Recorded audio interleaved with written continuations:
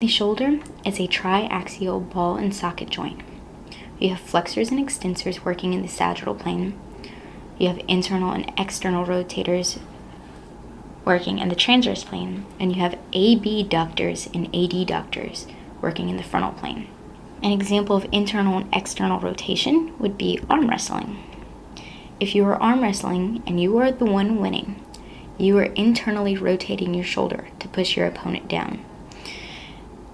While you are doing this, your opponent is having to externally rotate their shoulder. In order to understand abduction and adduction, you can look at a clock.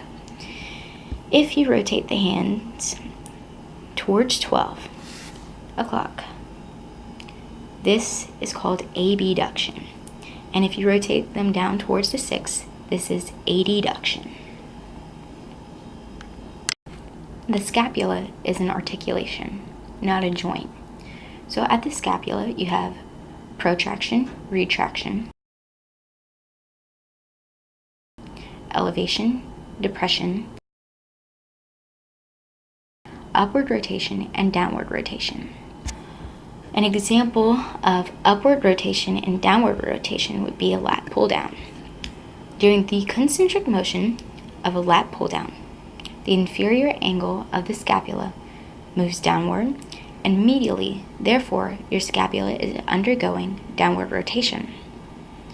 However, during the eccentric motion, the inferior angle of the scapula moves upward and rotates laterally. Therefore, it is undergoing upward rotation. Also, during the lat pull down, you have scapular depression. Towards the end of the lat pull down, your scapula moves downward further and backwards, which means your scapula is undergoing depression.